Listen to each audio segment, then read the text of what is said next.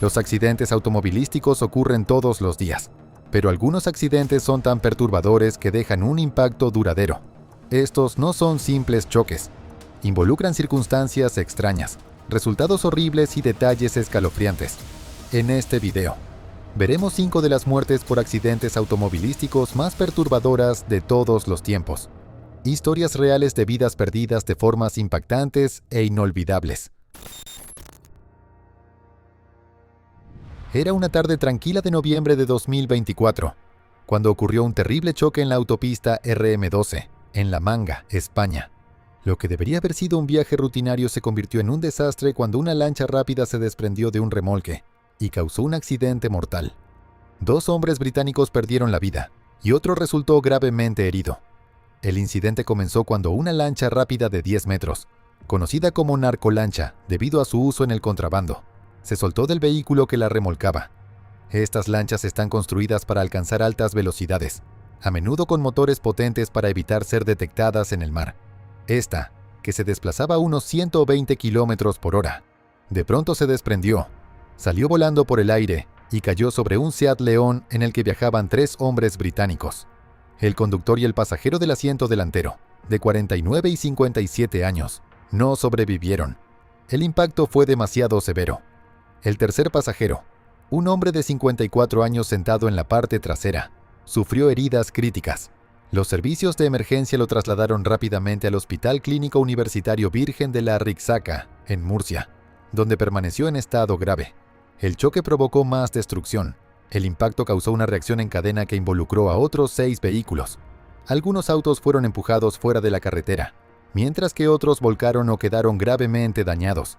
Los equipos de rescate pasaron más de 30 minutos liberando a las víctimas atrapadas.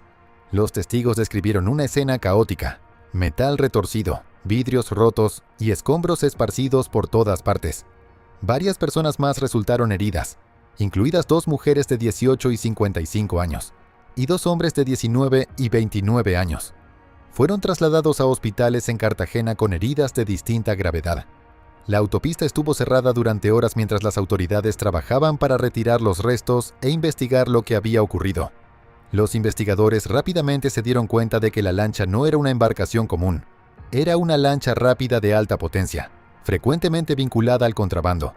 Su gran tamaño y peso la volvieron extremadamente peligrosa una vez que quedó sin sujeción. Con 2 motores de 300 caballos de fuerza, se convirtió en un proyectil enorme cuando se soltó. Las autoridades, incluida la policía y la Guardia Civil, iniciaron una investigación inmediata. Descubrieron que la lancha había sido asegurada a un remolque tirado por otro vehículo que iba delante del auto de las víctimas. Sin embargo, como no estaba bien sujeta, se soltó y se desvió atravesando ambos carriles. El conductor del Seat León no tuvo tiempo de reaccionar. El choque fue inevitable. El conductor que remolcaba la lancha huyó antes de que llegaran las autoridades. Los investigadores creen que esta persona podría estar vinculada a operaciones de contrabando. Es posible que hubiera otro pasajero en el vehículo, pero esto no ha sido confirmado. Comenzó una búsqueda para localizar al conductor, pero hasta ahora no se ha encontrado a nadie. Una de las piezas clave de evidencia en la escena fue un conjunto de recibos de supermercado recuperados entre los restos. Las autoridades ahora están revisando grabaciones de seguridad de tiendas cercanas, con la esperanza de identificar al sospechoso. Las víctimas fueron identificadas posteriormente como PD, de 49 años, JW, de 57, e IP, de 54, todos ciudadanos británicos. Su auto estaba lleno de palos de golf, lo que sugiere que se dirigían a La Manga Golf and Tennis Resort, un destino muy conocido en la zona. La Oficina de Asuntos Exteriores, Commonwealth y Desarrollo del Reino Unido confirmó que estaban asistiendo a las familias de las víctimas y trabajando con las autoridades locales. Las fotos del choque mostraban la lancha rápida aún atravesada sobre la autopista, rodeada de vehículos destruidos. El daño fue severo, demostrando lo destructivo que podía ser un objeto suelto de ese tamaño. Las autoridades ahora están investigando posibles conexiones criminales. La lancha, identificada como una inflable Zodiac, no tenía números de registro visibles, lo que hacía sospechoso su origen. Los funcionarios están trabajando con la embajada británica para investigar más a fondo y determinar cómo pudo ocurrir un evento tan peligroso. Más allá de la pérdida de vidas, el choque causó una interrupción significativa. La RM12, una carretera principal que conecta La Manga y Cartagena. Estuvo cerrada durante varias horas, provocando retrasos en el tráfico. Todavía quedan muchas preguntas. ¿Cómo fue posible que una lancha tan grande y peligrosa estuviera tan mal asegurada? ¿Fue un accidente o hubo algo más intencional involucrado? ¿Qué otros riesgos estaban presentes esa noche? El conductor responsable de remolcar la lancha sigue desaparecido, dejando un gran vacío en la investigación. Las autoridades continúan buscando respuestas, pero por ahora, las familias de las víctimas quedan sumidas en el dolor de una pérdida trágica. Un solo momento de descuido o algo más deliberado convirtió un simple viaje nocturno en una catástrofe. La búsqueda de la verdad continúa, pero para las personas afectadas, las consecuencias de aquella noche nunca desaparecerán. El 15 de diciembre de 1995, ocurrió un accidente devastador cerca de Castle and Dynas, un castro situado cerca de Newquay, Cornwall. Eran las 6:30 de la tarde cuando un trayecto rutinario se convirtió en un desastre que cambiaría muchas vidas. Mark Wade, un camionero de 31 años de Fraddon, había estado en la carretera desde temprano por la mañana transportando una excavadora Caterpillar en un camión de plataforma baja. Estaba agotado después de una larga jornada laboral y regresaba al depósito de su empresa en St. Columb. No tenía idea de que un pequeño error llevaría a una tragedia. El brazo de la excavadora, que debería haber estado bien asegurado, quedó suelto. Mientras Wade conducía por una estrecha carretera secundaria, el brazo sin asegurar se balanceó hacia el carril contrario. En ese momento 4 autos se aproximaban desde la dirección opuesta. El impacto fue catastrófico. El pesado brazo de la excavadora chocó contra los autos, arrancándoles los techos y causando una destrucción inmediata. 5 personas perdieron la vida al instante, 3 hombres y 2 mujeres, incluida una pasajera. Otras 3 personas sufrieron heridas graves, incluyendo traumatismos craneales. La escena fue horrible. Los servicios de emergencia llegaron rápidamente con 10 equipos de ambulancia de localidades como Newquay, Whitebridge, Penzance y Bodmin, trabajando sin descanso para ayudar a los heridos. Bomberos y policías lucharon por controlar la escena caótica. Sin embargo, para 5 personas, ya no se podía hacer nada. La magnitud de la destrucción dejó profundamente afectados a muchos de los primeros respondientes, y algunos más tarde necesitaron terapia psicológica. Las autoridades comenzaron rápidamente a investigar cómo había ocurrido este accidente. Se descubrió que el brazo de la excavadora debía haber sido asegurado con un pasador metálico y cadenas. Estos estaban disponibles en el camión, pero Wade no los había usado. Él creyó que la carga estaba estable, sin saber que la estaba manejando de forma incorrecta. Investigaciones posteriores revelaron que Wade nunca había recibido la capacitación adecuada sobre cómo transportar maquinaria pesada de manera segura. Sus empleadores, Baisley Plant Hire y Chepstow Plant Hire, no habían proporcionado la instrucción necesaria. Como resultado, ambas empresas fueron consideradas responsables por negligencia. Fueron multadas con un total de 500,000 libras por no garantizar que se siguieran los procedimientos de seguridad. Wade, sin embargo, no recibió una sentencia de prisión.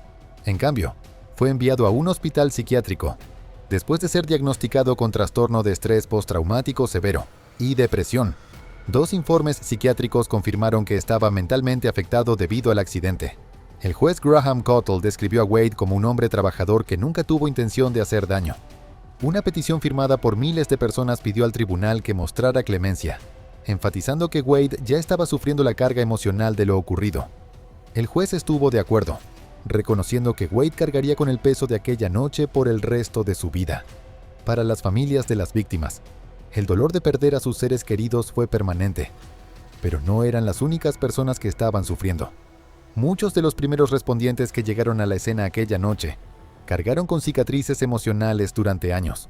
Uno de ellos fue Richard Bobeck, un bombero de la estación de bomberos de St. Columb Major. Richard fue uno de los primeros en llegar al lugar, presenciando los restos devastadores y la pérdida de vidas jóvenes. La experiencia lo afectó profundamente. Richard era conocido como un bombero dedicado y un padre amoroso para sus 2 hijas, Selena y Anya. Sin embargo, el trauma de aquella noche lo sobrepasó. 8 meses después, incapaz de lidiar con lo que había visto, Richard falleció trágicamente. En ese momento, la conciencia sobre el trastorno de estrés postraumático severo no estaba tan extendida, y Richard no recibió el apoyo de salud mental que necesitaba. Sus hijas hablaron más tarde sobre cómo la pérdida de su padre cambió sus vidas para siempre. Selena compartió recuerdos emotivos de él, recordando su bondad y los años que perdieron juntos. Años después, la dedicación de Richard fue honrada. Su nombre fue añadido al National Fire Brigade Memorial en Londres y se colocó una placa en la estación de bomberos de St. Columb. Bomberos retirados y activos asistieron a la ceremonia, compartiendo historias sobre su humor y generosidad. El choque de Castle and Dynas sigue siendo uno de los momentos más oscuros de Cornwall.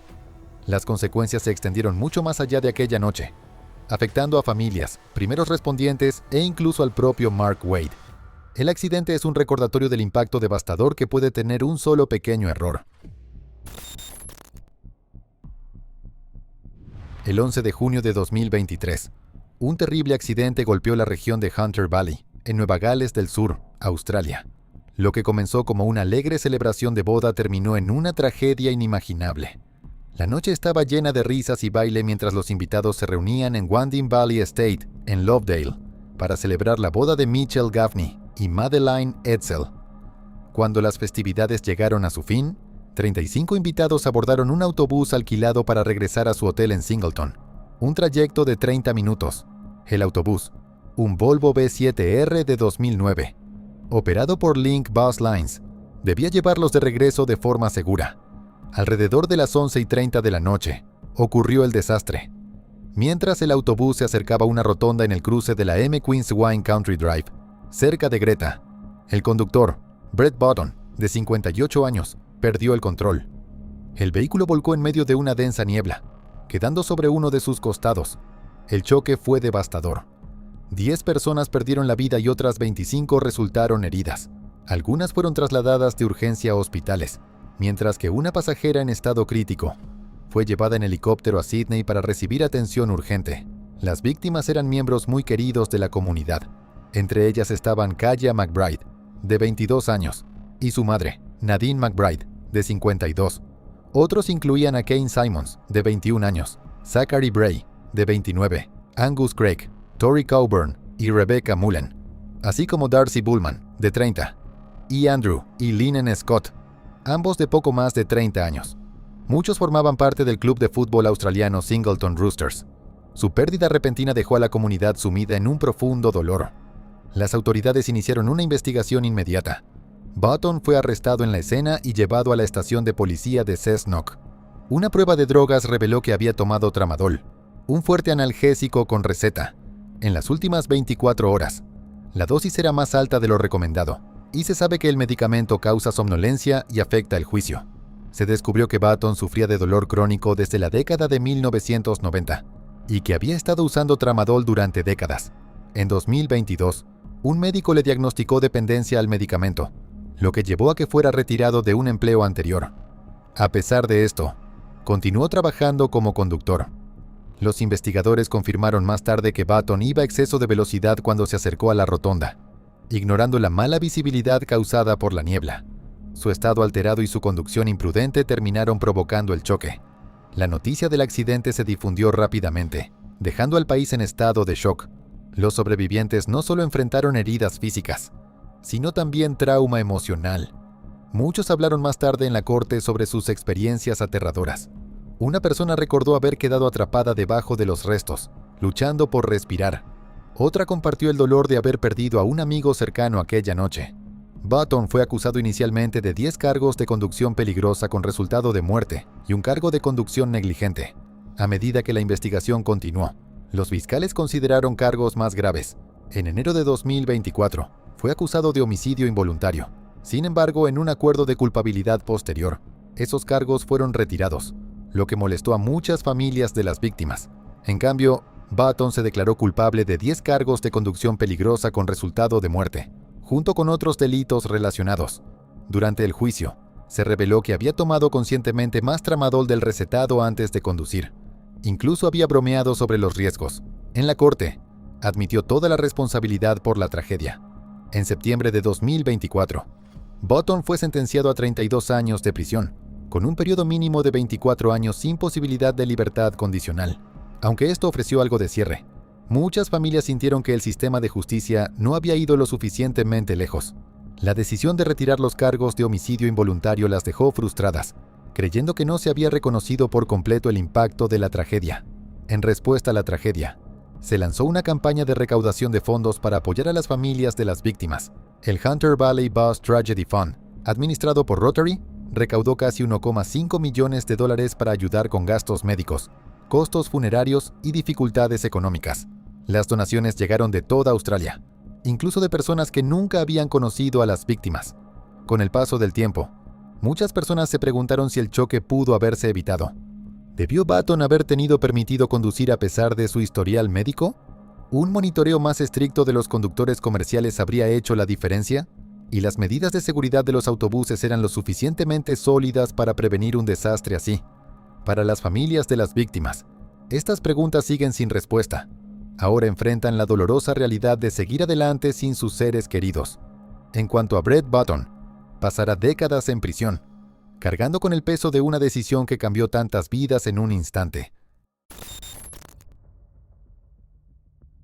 Era el 13 de febrero de 2024 en Mesa, Arizona.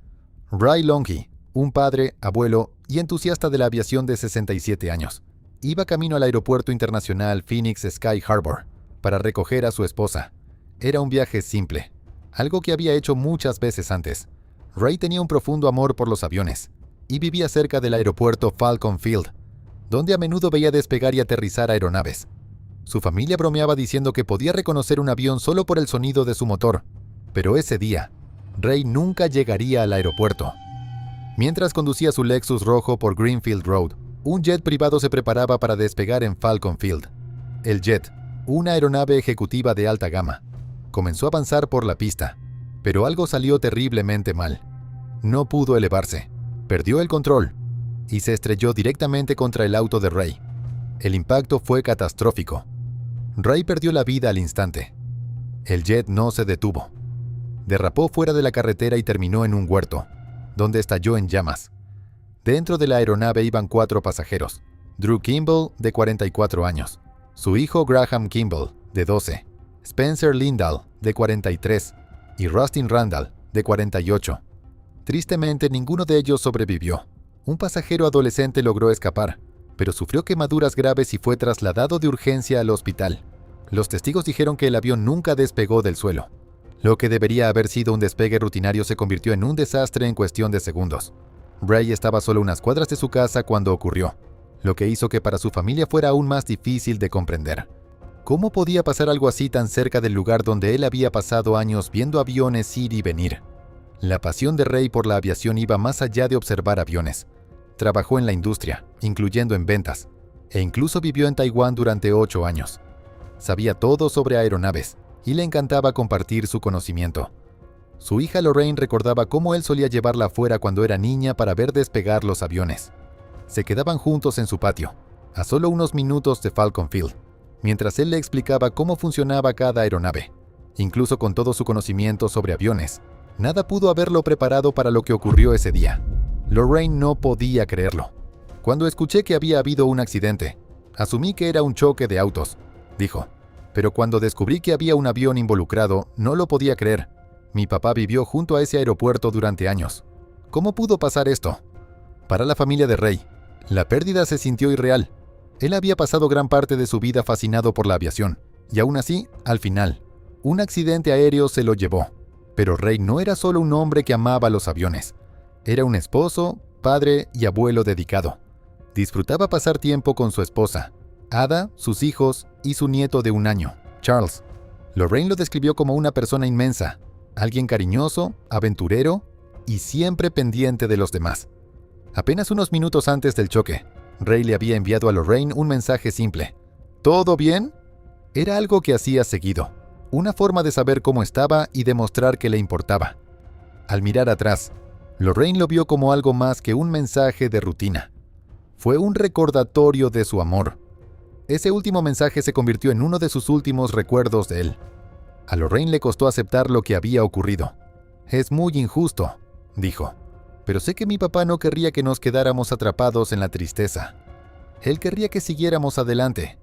Mientras la familia de Ray intentaba entender la tragedia, la Junta Nacional de Seguridad en el Transporte inició una investigación sobre el accidente. Pero esperar respuestas fue difícil. «Mi familia y yo necesitamos saber qué pasó», dijo Lorraine.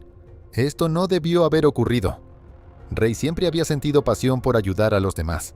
Apoyaba Sunshine Acres Children's Home en Mesa y solía donar durante las fiestas.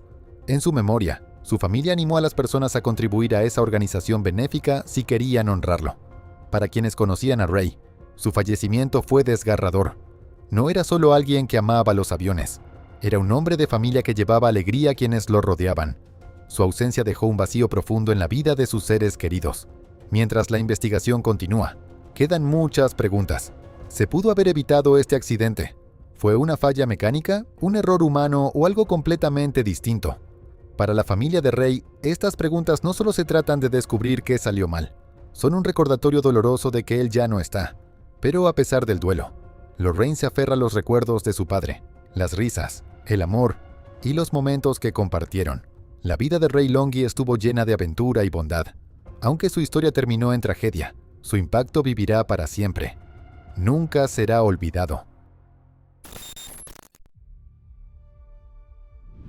El 18 de julio de 1969, en la isla Chappaquiddick, frente a Martha's Vineyard, Massachusetts, un evento que involucró al senador Edward Ted Kennedy, dejaría preguntas duraderas y alteraría su carrera para siempre. A los 37 años, Ted Kennedy era una figura en ascenso en la política estadounidense, el menor de los hermanos Kennedy. Sus hermanos, el presidente John F. Kennedy y el senador Robert F. Kennedy, habían sido asesinados trágicamente. En 1969, Ted era una figura clave en el Senado. Se desempeñaba como el whip de la mayoría más joven del Senado y era visto como un posible candidato presidencial para 1972. Ese día, Kennedy había participado en una carrera de botes cerca de Martha's Vineyard. Después asistió a una reunión con amigos y figuras políticas, incluidas 6 mujeres que habían trabajado en la campaña presidencial de Robert Kennedy. Una de ellas era Mary Jo Kopechne, de 28 años, una secretaria política con un futuro prometedor.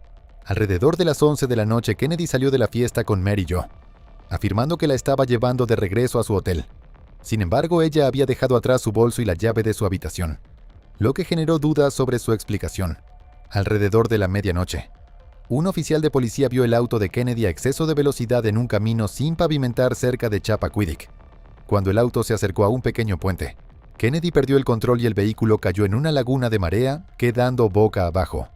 Kennedy logró escapar, pero dijo que no pudo alcanzar a Mary Jo, quien quedó atrapada adentro. El agua estaba fría y la corriente era fuerte. En lugar de pedir ayuda de inmediato, Kennedy caminó de regreso a la fiesta pasando junto a varias casas. Él le contó a su primo, Joseph Gargan, y a su amigo, Paul Markham, sobre el incidente, pero nadie llamó a las autoridades.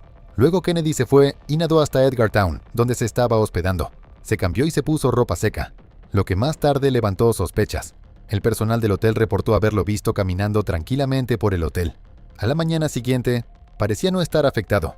Incluso se quejó del ruido de una fiesta cercana. No fue sino hasta media mañana que finalmente reportó el accidente. Para ese momento, unos pescadores ya habían encontrado el auto y unos buzos habían recuperado el cuerpo de Mary Jo.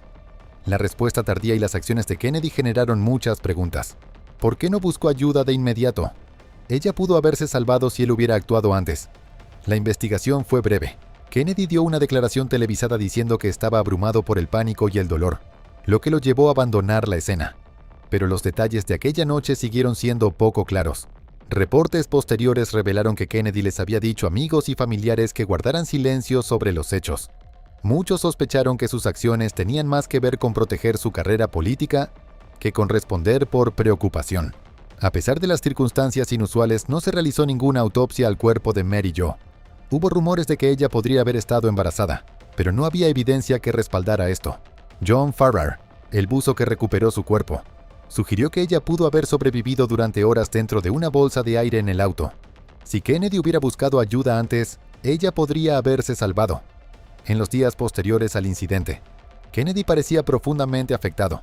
Sus amigos lo describieron como retraído, y su esposa Joan sufrió un aborto espontáneo durante ese periodo.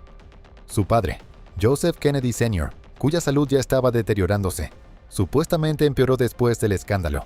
Legalmente, Kennedy enfrentó pocas consecuencias. Se declaró culpable de abandonar la escena de un accidente y recibió una sentencia suspendida de 2 meses. A pesar de la controversia, Kennedy continuó sirviendo en el Senado durante décadas y se convirtió en un legislador respetado. Aunque el incidente de Chappaquiddick afectó gravemente su reputación y acabó con sus aspiraciones presidenciales. La historia de Mary Jo Kopechne a menudo queda opacada por las consecuencias políticas. Su vida terminó bajo circunstancias poco claras, y las preguntas sin respuesta sobre aquella noche permanecen. Las cosas podrían haber terminado de otra manera si Kennedy hubiera actuado antes. El incidente de Chappaquiddick sigue siendo uno de los eventos más debatidos en la historia política estadounidense, dejando atrás preguntas que continúan presentes.